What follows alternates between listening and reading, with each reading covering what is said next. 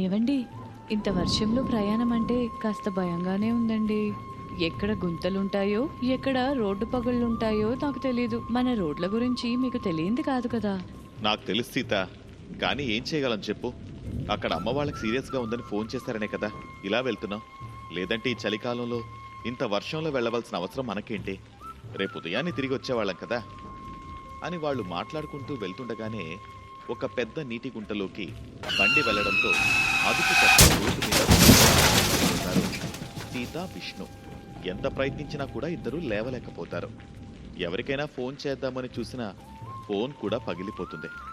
ఏవండి, ఏవండి, నేను కదలలేకపోతున్నానండి. నా కాలు విపరీతంగా నొప్పిగా ఉంది సీత. వాళ్ళిద్దరూ ఎంత ప్రయత్నించినా లాభం ఏమీ లేకుండా పోయింది. చాలాసేపటికి అటువైపు వచ్చిన ఒక రైతు వాళ్ళని చూసి, అయ్యయ్యో ఏంటి ఇలా పడిపోయారు, వెంటనే అంబులెన్స్కి ఫోన్ చేయండి అని అంబులెన్స్కి ఫోన్ చేస్తాడు. అప్పుడు అంబులెన్స్ వచ్చి వాళ్ళని హాస్పిటల్కి తీసుకెళ్తుంది. వాళ్ళిద్దరిని పరిశీలించిన డాక్టర్ ఇలా చెప్తాడు, చూడమ్మా సీత, నీకు పెద్దగా ఏ సమస్య లేదు, కానీ నీ భర్తకి 2 కాళ్ళు విరిగిపోయాయి. దాదాపు 2 నెలల వరకు అతను నడవలేకపోవచ్చు. మీ వాళ్ళు ఎవరైనా ఉంటే పిలుచుకో అమ్మా, నీకు తోడుగా ఉంటారు. లేదు డాక్టర్, నేను వెళ్ళి సాయంత్రానికల్లా వస్తాను అని సీత కాళ్ళ నొప్పులతోనే అత్తగారింటికి వెళ్తుంది. సీత రావడం చూసిన అత్త సరోజ, ఏంటమ్మా ఇంత ఆలస్యం? మీ మామయ్యకి ఏమాత్రం బాగోలేదు, ఇప్పుడే హాస్పిటల్ నుంచి వస్తున్నారు. అవును, నువ్వొచ్చావు, అబ్బాయేడి? సీత జరిగిన విషయమంతా సరోజకి చెప్తుంది. అయ్యో, అలా జరిగిందా? ఆయన చూస్తే ఆరోగ్యం బాగోలేక హాస్పిటల్లో, వీడిని చూస్తే ఇంత దారుణం జరిగి వీడు హాస్పిటల్లో ఉన్నాడు. చేతిలో రూపాయి కూడా లేదు. మన పరిస్థితి ఏంటో అర్థం కావడం లేదు కోడలా. అత్తయ్య, మీ అబ్బాయి బండి అమ్మేసి ముందు హాస్పిటల్ బిల్ కడదాం, తర్వాత పరిస్థితి ఏంటో చూద్దాం అని తెలిసిన వాళ్ళకి విష్ణు బండి అమ్మేసి వచ్చిన డబ్బులు హాస్పిటల్లో కట్టేస్తారు. అత్తయ్య, సాయంత్రం అవుతుంటే ఇంతలా చలి పెడుతుంది. ఈ చలిలో ఎలాగత్తయ్య మనం ఈ హాస్పిటల్లో ఉండడం? రేపటి నుంచి మన పరిస్థితి ఏంటా అని ఆలోచిస్తున్నానమ్మా. చేతిలో చిల్లి గవ్వలేదు. ఇద్దరు ఇంటి మగ దిక్కులు ఇలా హాస్పిటల్ పాలయ్యి ఉన్నారు. నాకు ఏమీ తోచడం లేదు కోడలా. అలా వాళ్ళు మాట్లాడుకుంటూ ఉండగా పక్క నుంచి ఒక వ్యక్తి వచ్చి, అమ్మా, ఇక్కడ వేడివేడిగా ఏదైనా ఆహారం దొరికే చోటు ఏదైనా ఉందా? మీకు కొంచెం తెలిస్తే చెప్పండి. అంటే అర్థం కాలేదు బాబు.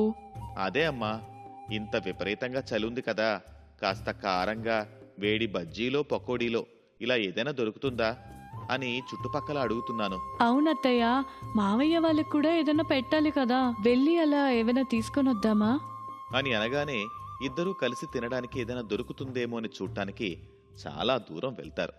ఎంత దూరం వెళ్ళినా ఏదీ కనిపించడం లేదు. ఏంటత్తయ్య, ఇంత దూరం వచ్చినా కూడా తినడానికి ఏం కనిపించట్లేదు? ఏమో కోడలా, నాకు మాత్రమేం తెలుసు. ఇంకాస్త ముందుకు వెళ్ళి చూద్దాం పదా. అలా అని ఇంకాస్త ముందుకు వెళ్తారు. అక్కడ దూరంగా వాళ్ళకి ఒక మిర్చి బజ్జీల బండి కనిపిస్తుంది. అక్కడ జనాలు గుమిగూడి కనిపిస్తుంటారు. సరోజ, సీత ఎంతో కష్టపడి ఆ జనాల మధ్య నుంచి బజ్జీలు తీసుకుని వస్తారు. అత్తయ్య, నాకొక ఆలోచన వచ్చింది. మనం దమ్ముడి ఆదాయం లేదని బాధపడుతున్నాం కదా, మనకెలాగో వంటలొచ్చు కదా, ఆ వంటల్ని నలుగురికి వండి పెడితే డబ్బు సంపాదించుకోవచ్చు కదా. అర్థం కాలేదే, సరిగ్గా చెప్పు. అత్తయ్య, ఈ రోజుల్లో జనాలందరూ కాస్తైనా బయట తిండి తినాలని అనుకుంటున్నారు. అలా అనుకుంటున్న జనాలుండడం వల్లనే పానీపూరి వ్యాపారాలు, మిర్చి బజ్జీల వ్యాపారాలు, ఇంకా చిరుతిండ్ల వ్యాపారాలు విరివిగా సాగుతున్నాయి. మనం కూడా అలాగే ఏదైనా వెరైటీగా చిన్న బండి మీద వ్యాపారం మొదలు పెడదాం అత్తయ్య. సరే కోడలా, అలాగే చేద్దాం. కానీ ఏం చేద్దామని ఆలోచించావా? నేను ఆమ్లెట్లు బాగా వేస్తానని మీ అబ్బాయి అంటూ ఉండేవారు అత్తయ్య. దాంతోనే వ్యాపారం మొదలు పెడదాం. రేపు సాయంత్రం అవ్వగానే ఈ హాస్పిటల్ దగ్గరలోని ఒక బండి పెట్టి ఆమ్లెట్ వ్యాపారం చేద్దాం. సరే, మన వాళ్ళ దగ్గరికి వెళ్ళి వాళ్ళ బాగోగులు చూసుకొని రేపు డాక్టర్తో మాట్లాడిన తర్వాత మన పని మొదలు పెడదాం అని అంటోంది సరోజ. వాళ్ళనుకున్నట్టుగానే డాక్టర్తో మాట్లాడి హాస్పిటల్ బెడ్ మీద ఉన్న సుబ్బారావు, విష్ణులకు కావలసినవన్నీ ఏర్పాటు చేసి విష్ణుకి వాళ్ళు చేద్దామని అనుకుంటున్న వ్యాపారం గురించి చెప్తారు. అమ్మా, ఇంటి కష్టాలు మీ వరకు తీసుకుని రావడం నాకేమాత్రం నచ్చడం లేదమ్మా. నేనే కాస్త జాగ్రత్తగా బండి నడపాల్సిందే. నా అజాగ్రత్త వల్లే ఇంత కష్టం వచ్చింది మీకు.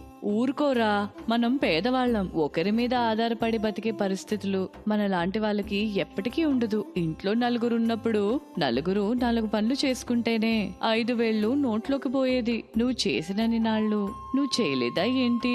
సరే, నువ్వు దీని గురించి ఏం ఆలోచించొద్దు, మేం చూసుకుంటాంలే. పదమ్మా సీత, మన పని మొదలు పెడదాం అని అత్తాకోడలిద్దరూ కలిసి తమ దగ్గర ఉన్న కాస్త డబ్బుతో ఆమ్లెట్ వ్యాపారానికి కావలసిన వస్తువులు కొనుక్కొని వస్తారు. తర్వాత హాస్పిటల్కి దగ్గరలో ఆమ్లెట్ వ్యాపారం మొదలు పెడతారు. ఎంతసేపు ఎదురు చూస్తూ ఉన్నా అక్కడికి ఎవరూ రాకపోవడంతో వాళ్లలో కాస్త భయం మొదలవుతుంది. సీత వాళ్ళ వ్యాపారం గురించి అందరికీ తెలిసేలా చేయడం కోసం వాళ్ళు వేస్తున్న ఆమ్లెట్ బండి దగ్గర నుంచి కాస్త ముందుకి రోడ్డు వరకు వెళ్లి గట్టిగట్టిగా అరుస్తూ అందర్నీ పిలవడం మొదలు పెడుతుంది. కానీ అప్పటికీ లాభం లేకుండా పోతుంది. అత్తయ్య, ఎన్ని రకాలుగా ప్రయత్నించినా ఎవ్వరు కూడా రావడం లేదు. మనం ఇలా వ్యాపారం పెట్టిన మొదటి రోజే దివాలా తీసేలా ఉన్నాం. అదేనే నా భయం కూడా. చేతిలో ఉన్న చిల్లర రూపాయలు కూడా ఈ ఆమ్లెట్ వ్యాపారానికి తగలేసాం. ఇప్పుడిలా అమ్ముడుపోకుండా ఉంటే మన పరిస్థితి ఏంటి అని వాళ్ళు మాట్లాడుకుంటూ ఉండగా ఒక డాక్టర్ అక్కడికి వచ్చి, ఏమ్మా, నాకు ఒక 2 ఆమ్లెట్లు ఇవ్వండి. ఒక ఆమ్లెట్ రేట్ ఎంత? అది తెలీదయ్యా.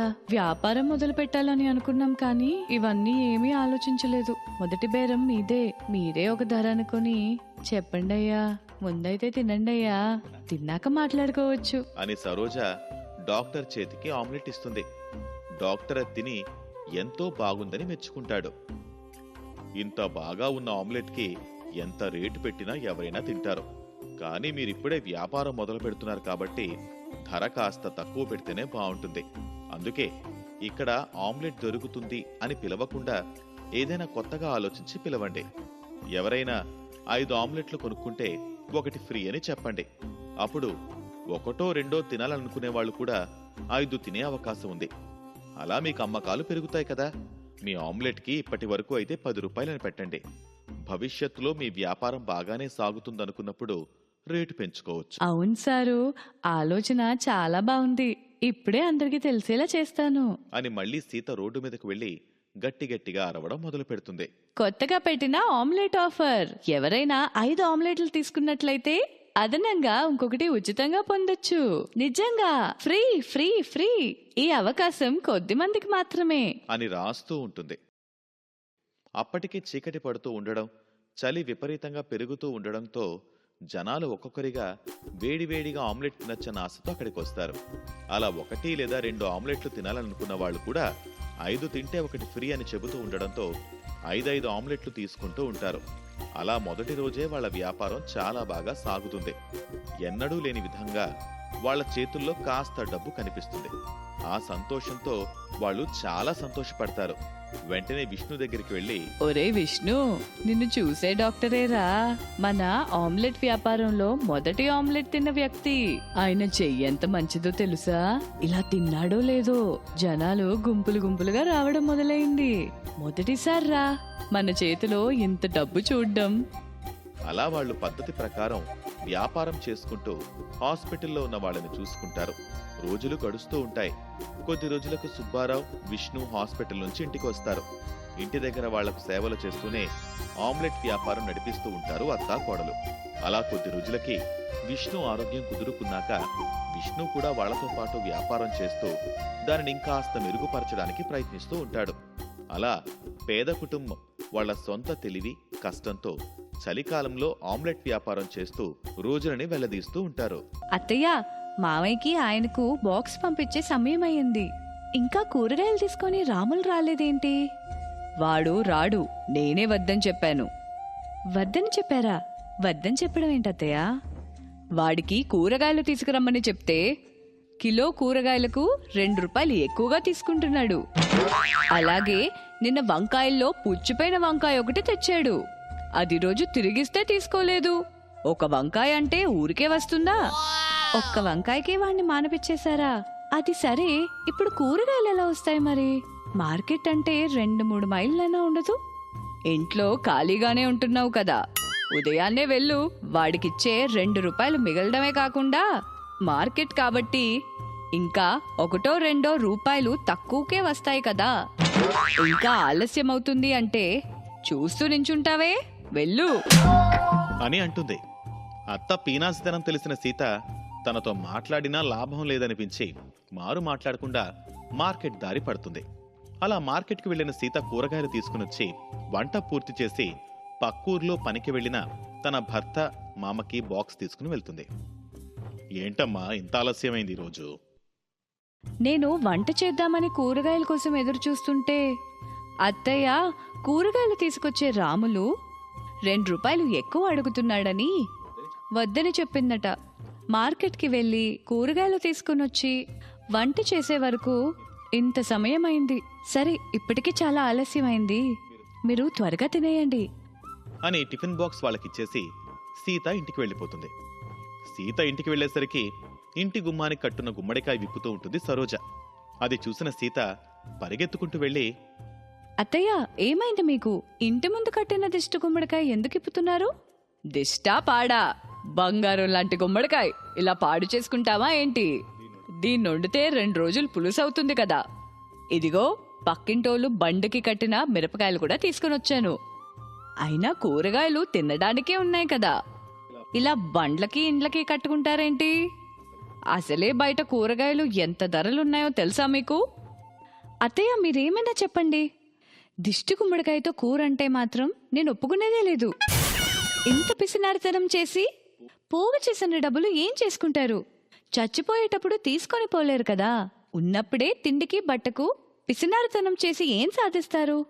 ఏమే ఊరుకుంటుంటే ఎక్కువ మాట్లాడుతున్నావు. చావులు బ్రతుకుల దాకా వెళ్తున్నాయి మాటలు. చిన్న పెద్ద తేడా లేకుండా మాట్లాడుతున్నావు. ఇంతవరకు మాట్లాడింది చాలు, ఇక పోయి లోపల పని చేసుకోపో. ఎప్పుడేం చేయాలో నాకు బాగా తెలుసు అని గుమ్మడికాయని తీసుకుని ఇంట్లోకి వెళ్ళిపోతుంది సరోజ. తాననుకున్నట్టుగానే దాంతో పులుసు పెట్టి సాయంత్రం ఇంటికి వచ్చిన తన కొడుకు భర్తలకు కూడా పెడుతుంది. తర్వాతి రోజు ఉదయాన్నే పనికి వెళ్లాల్సిన కృష్ణ, సుబ్బారావు ఇంకా నిద్ర లేకపోవడంతో సరోజ వాళ్ళని లేపడానికి వెళ్తుంది. ఏంటో ఈ మొద్దు నిద్ర! పనికి వెళ్లాలన్న ఆలోచన ఉందా లేదా మీకు? నేనొండిన పులుసు తిని మైమర్చిపోయినట్టున్నారు. మా ఒంట్లో ఒక్క చింతాకంత ఓపిక కూడా లేదమ్మా. ఉదయం నుంచి లేద్దామని ప్రయత్నిస్తున్నాను కానీ లేవలేకపోతున్నాను. చాలా నీరసంగా ఉంది. అవును సరోజ, నాకు కూడా అలాగే ఉంది. ఒంట్లో ఇంత ఓపిక కూడా లేదు. ఈరోజు పనికి వెళ్ళలేను అని అంటాడు సుబ్బారావు. అయ్యో అత్తయ్య, మావయ్య వాళ్ళకి జ్వరం వచ్చినట్టుంది. నేను వెంటనే డాక్టర్ని పిలుచుకొని వస్తాను. ఉండవే, అలా జ్వరం రాగానే డాక్టర్ని పిలుచుకొని రావడమేనా? అదేమీ వింత కాదు కదా. చాలా రోజులుగా విరామం లేకుండా పనికి వెళ్తున్నారు కదా, ఆ అలసట ఈ రూపంలో పోతుందన్నమాట. సాయంత్రం వరకు అదే పోతుందిలే అని అంటుంది సరోజ. అలా సీత సాయంత్రం వరకు భర్తని మామని చూసుకుంటూనే ఉంటుంది. కానీ సాయంత్రానికి కూడా జ్వరం తగ్గకపోగా ఇంకాస్త జ్వరం ఎక్కువ అవడంతో కంగారు పడుతూ ఉంటుంది సీత. అత్తయ్య, ఉదయం కన్నా ఇంకా ఎక్కువగా ఉంది జ్వరం ఇద్దరికి. నేను ఇప్పటికైనా వెళ్ళి డాక్టర్ని తీసుకొని వస్తాను. పిచ్చిదానా, నేను మాత్రం వాళ్ళలా ఉంటే చూస్తూ ఉండగలననుకుంటున్నావా? అందుకే ఇదిగో ఈ కషాయం తయారు చేశాను. ఇది తాగేసి పడుకున్నారంటే ఉదయానికల్లా జ్వరం పోకపోతే నా పేరు సరోజనే కాదు అంటూ తాను తయారు చేసిన కషాయాన్ని ఇద్దరికి బలవంతంగా తాగిస్తుంది సరోజ. సరోజ, ఏం చేస్తున్నావు? కోడలు చెప్పినట్టు ఒక మందుగోళి తీసుకొస్తే అయిపోయేదానికి ఈ కషాయాలు అవసరం అంటావా? చాలా నీరసంగా ఉంది. సరోజ, కనీసం డాక్టర్ని పిలవచ్చు కదా. అవునమ్మా, అసలే వర్షాకాలం మొదలైంది. ఈ సమయాల్లో విషజ్వరాలు వస్తూ ఉంటాయి. అసలు జ్వరం ఎందుకు వచ్చిందో తెలియకుండా ఇలా మనం ఇష్టం వచ్చిన వైద్యాలు చేస్తే సొంత వైద్యం గిట్టించి ఇంకేదైనా జరిగితే ఎలా అమ్మా? ఇప్పుడంటే ఇంగ్లీష్ వైద్యాలు వచ్చేలే, కానీ ఇంతకుముందు ఇవన్నీ ఎక్కడున్నాయిరా? మా చిన్నప్పుడు మీలా ప్రతి చిన్నదానికి మందులేసుకున్నామనుకున్నావా ఏంటి? మా అమ్మ జబ్బుని బట్టి ఇంత కషాయం కలిపిస్తే చాలు, ఏ జబ్బైనా ఉదయానికల్లా మటుమాయం అయిపోయేది. వైద్యం అంటే ఎలా ఉంటుందో ఇక మీరు ప్రశాంతంగా పడుకోండి. ఉదయానికల్లా జింక పిల్లల్లా గంతులేస్తారు అని చెప్పేసి పడుకోవడానికి వెళ్ళిపోతుంది సరోజ. ఉదయానికి సరోజ నిద్రలేచే సమయానికి డాక్టర్ తన ఎదురుగా నించునుంటాడు. సరోజ అంటే నువ్వేనా? ఏంటి, నీ భర్తని నీ కొడుకుని హత్య చేయాలని చూసావా? లేదు, నేనెందుకు వాళ్ళని హత్య చేయాలనుకుంటాను? ఇంతకీ మీరెవరిలా తిక్కగా మాట్లాడుతున్నారు? చేతిలో సిరంజి, మెడలో స్టెథోస్కోప్ కనిపించడం లేదా? డాక్టర్ గారు, మీకు మా ఇంట్లో ఏం పని? మీకు కూడా నా చేతి కషాయం కావాలా? రాత్రి నీ కొడుకు నీ భర్త మీద చేసిన ప్రయోగం సరిపోలేదా? నన్ను కూడా మంచానికి అతుక్కుపోమంటావా? నీ భర్తకి మీ అబ్బాయికి నువ్వు రాత్రి తాగించిన కషాయం వికటించి రాత్రంతా వాంతులయ్యాయి. ఒక 2 రూపాయలు పెట్టి టాబ్లెట్ తీసుకుని వచ్చి వేస్తే పోయే జ్వరానికి కషాయాలని సొంత వైద్యాలు చేసి వాళ్ల ప్రాణాల మీదకి తీసుకొచ్చారు. ఇది తెలివి తక్కువతనమో లేక పిసినారితనమో కూడా అర్థం కావడం లేదు. వాళ్ళకి 2 వారాల పాటు ఇంటి పట్టునే ఉంచి సరైన ఆహారంతో పాటు జ్యూసులు కూడా ఇవ్వండి. అలాగైతేనే మీరు చేసిన సొంత వైద్యానికి విరుగుడు కలుగుతుంది.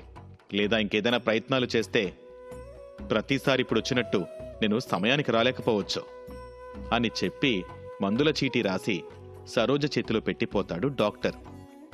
లేదులే అమ్మా, నా పిసినారితనం ఇంతవరకు తీసుకొస్తుందని అనుకోలేదు.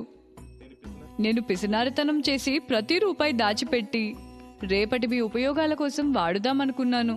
కానీ ఈరోజు ఇబ్బంది పడుతూ రేపటి కోసం దాచి ఏం ప్రయోజనం లేదని అర్థమైంది. ఇక నుండి పిసినారితనం ఎప్పుడూ చేయను.